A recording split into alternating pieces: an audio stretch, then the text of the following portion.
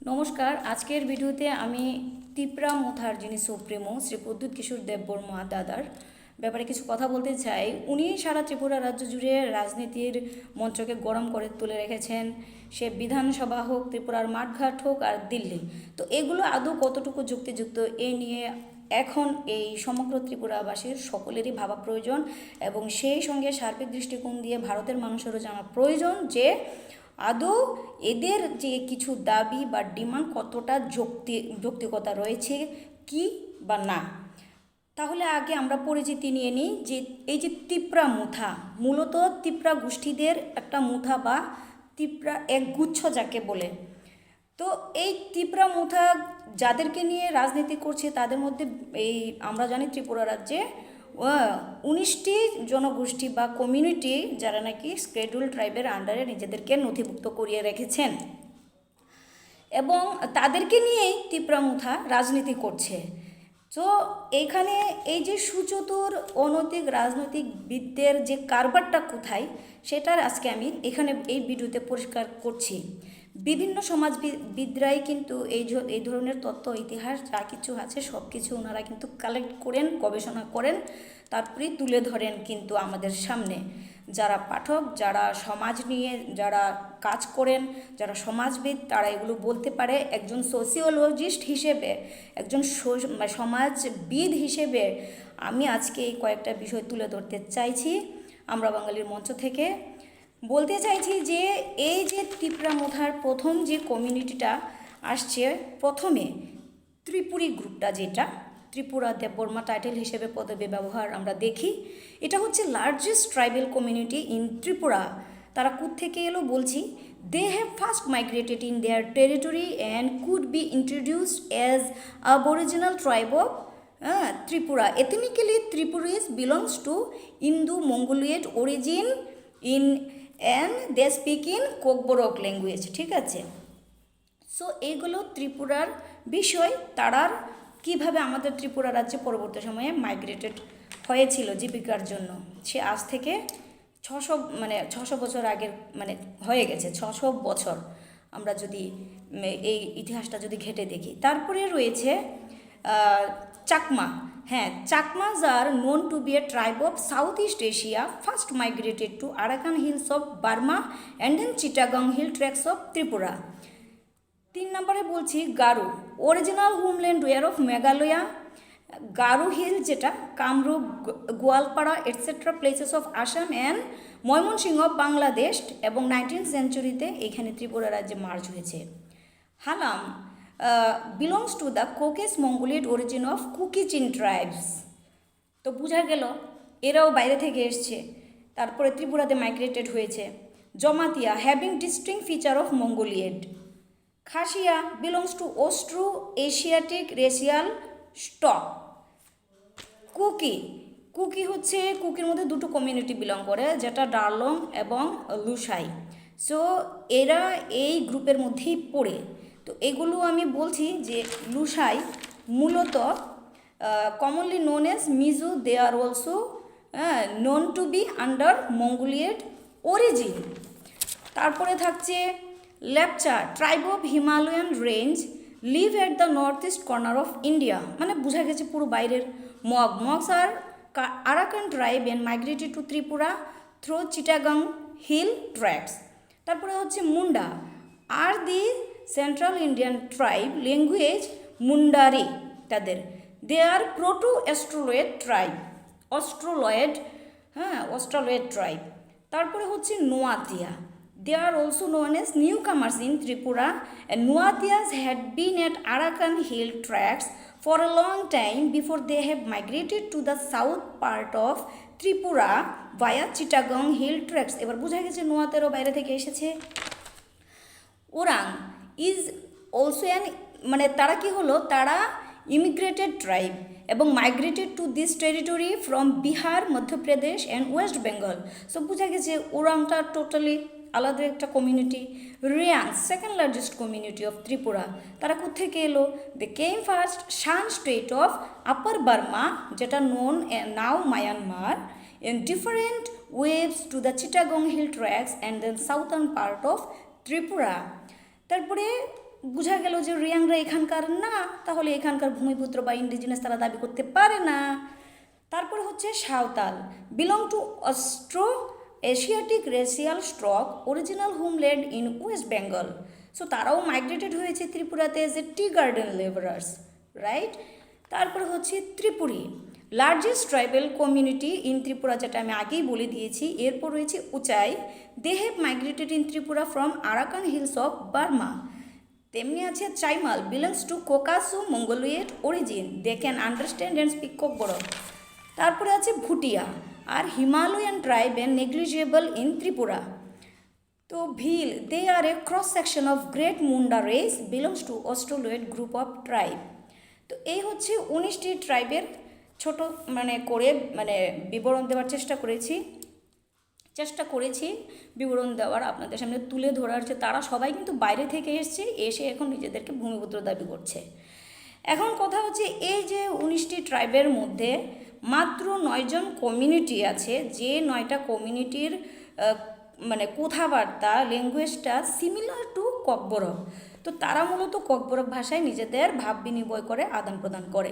তার মধ্যে রয়েছে ত্রিপুরা, দেববর্মা, রিয়াং, জমাতিয়া, নোয়াতিয়া, কৌলই, রূপিনী, মুরাসিং, উচই। এই কমিউনিটির লোকরা এই ককবরক ভাষায় কথা বলে। তো 19টা কমিউনিটির মধ্যে মাত্র যদি দেখি ত্রিপুরা, দেববর্মা বলতে গেলে একই, এদেরকে যদি আমরা সিঙ্গেলভাবে যদি নিই তাহলে এরা একটা, তাহলে কমে যাচ্ছে আরেকটা সংখ্যা, টোটাল 9 জন। 9টা কমিউনিটির লোক তারা ককবরক ভাষায় সিমিলারলি কথা বলে।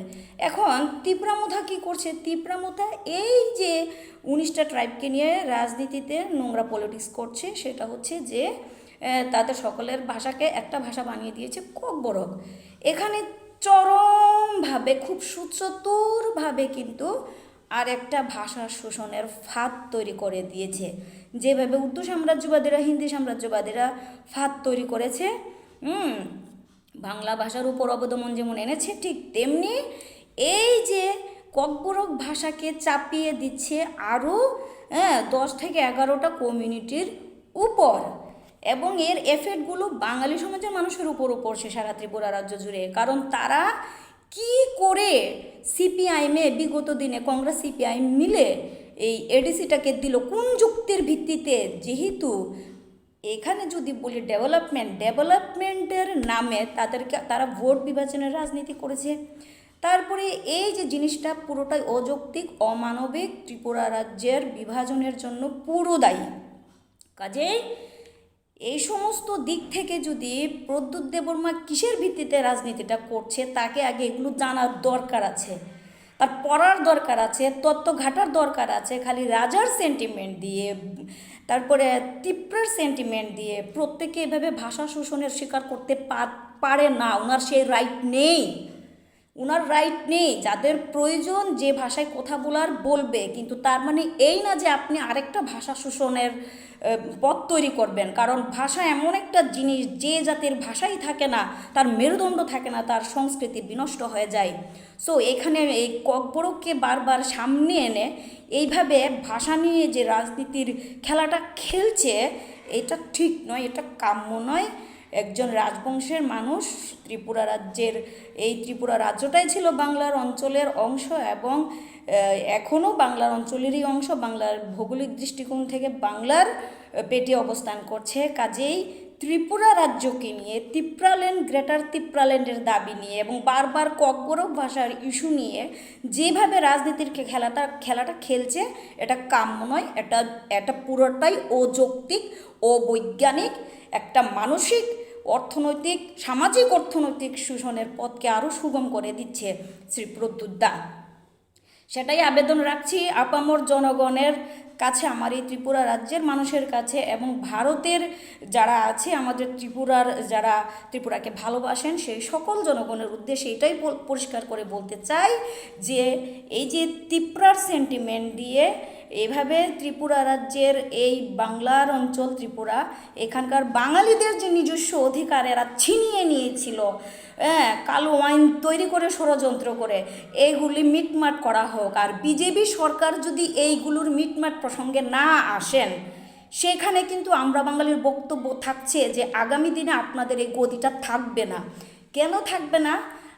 যদি মনে করেন যে সত্যিকারের অর্থে রাজনীতিতে আপনারা কিছু পরিবর্তন নিয়ে আসতে চান, ভালো রকমভাবে রাজনীতিটা করবেন, এগিয়ে নিয়ে যাবেন সবাইকে, তাহলে এডিসিকে ইতিমধ্যেই উঠান। অযৌক্তিক তিপ্রাল্যান্ড, গ্রেটার তিপ্রাল্যান্ডের দাবিকে আমরা সমর্থন করি না। আর ককবরক ল্যাঙ্গুয়েজ কারুর উপর মানে কি হয় কারোর উপর চাপিয়ে দেওয়ানোর যে একটা নোংরা ষড়যন্ত্র চলছে, সেই ত্রিপুরা জনগোষ্ঠীর যে উপদেষ্টা মদতদাতা, এদের এই মানসিকতাটাকে এখানে স্টপ করা উচিত। কারণ সমাজবিদ হিসেবে বলতে চাই, সমাজ সচেতন মানুষ হিসেবে বলতে চাই, সমাজকর্মী হিসেবে বলতে চাই, সমাজটা সবার জন্য। যেহেতু দীর্ঘদিন ধরে এখানে এই মানুষগুলো মাইগ্রেটেড হয়ে ত্রিপুরাতে বসবাস করছে, বাঙালিরা সবাইকে আপন করে নিয়েছে, কাজে এখানকার মানুষ বাংলার সংস্কৃতির সঙ্গে মিলেমিশে একাকার হয়ে গেছে। আমাদেরকে বাংলাকে সম্মান করতে হবে, বাঙালিদেরকেও সম্মান করতে হবে। সিমিলারলি যে সকল কমিউনিটির মানুষরা আছেন, যে 19টি ট্রাইবের যে কমিউনিটির মানুষগুলো আছেন, তাদের সকলেরই ভাষাকে সসম্মানে মর্যাদা দিতে হবে, রেসপেক্ট দিতে হবে, প্রত্যেকের ভাষাকে সামনে আনতে হবে, প্রত্যেকটা কমিউনিটির ভাষাকে সামনে আনতে হবে। আর এই জন্য আমরা বাঙালি কাজও করতে চাই, সবাইকে এগিয়ে নিয়ে যেতে চাই। আমরা এখানে বিজেপির মতো রাজনীতি করার কথা আমরা একবারও মুখে আনিনি। কারণ বিজেপির রাজনৈতিক নেতৃত্বরা সবসময় বলেন মোদিজির দেখানো পথে তারা হাঁটবে। মোদিজি কি দেখাবে? মোদিজি দিল্লি থেকে ত্রিপুরার সমস্যা সমাধান করবেন না। ত্রিপুরার ভৌগোলিক অবস্থান, ত্রিপুরার জলবায়ু, ত্রিপুরার প্রাকৃতিক পরিবেশের সঙ্গে আমাদের ঘনিষ্ঠতা আছে, আমরা বুঝবো আমাদের সমস্যা এবং আমরা সেই সমস্যার পথ থেকে সংশ্লেষণের দিকে এগোবো। সমাধানের পথটা আমরাই দেব এবং আমরা বাঙালি দলের কাছে সেই সমাধানের পথটা আছে, আমরা সেই সমাধানটা দিতে চাই। এবার বলি, বন্ধুত্বপূর্ণ সহযোগিতা ছাড়া কোনো কিছু সম্ভব নয়। আমরা বাঙালির আদর্শ সামাজিক অর্থনৈতিক রাজনৈতিক দর্শন প্রাউড বলে যে কোঅর্ডিনেটেড কোঅপারেশন, বন্ধুত্বপূর্ণ সহযোগিতার মাধ্যমে আমরা একে অপরকে সহযোগিতা করে আমরা এগিয়ে যাব সবাই।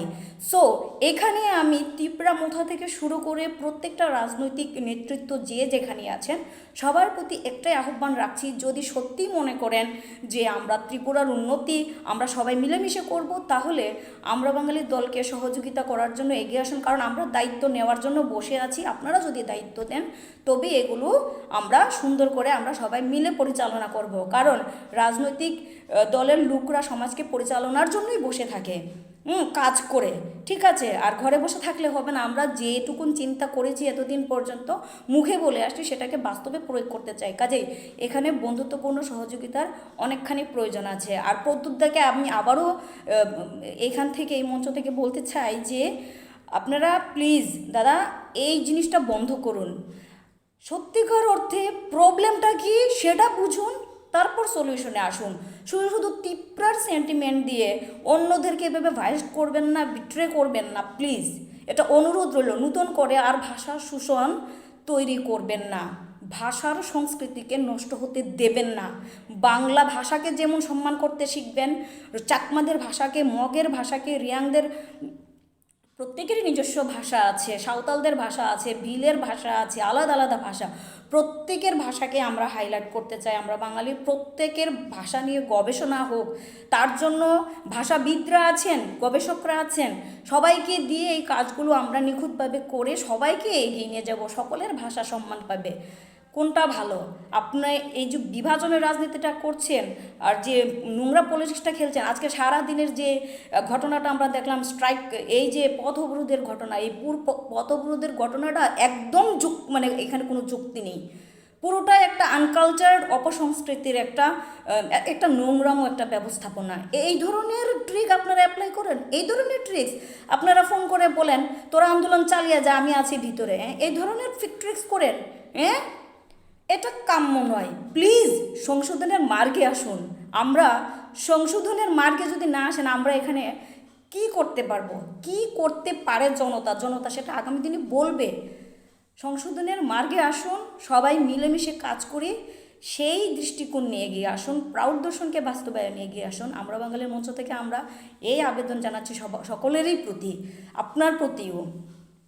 সো সর্বশেষ এটাই বলবো, সামাজিক অর্থনৈতিক দর্শন প্রাউড জিন্দাবাদ, আমরা বাঙালি জিন্দাবাদ। আর পথ অবরোধ এইভাবে করবেন না, যানজট বাড়াবেন না, জনগণের হয়রানি করবেন না প্লিজ। ধন্যবাদ, নমস্কার।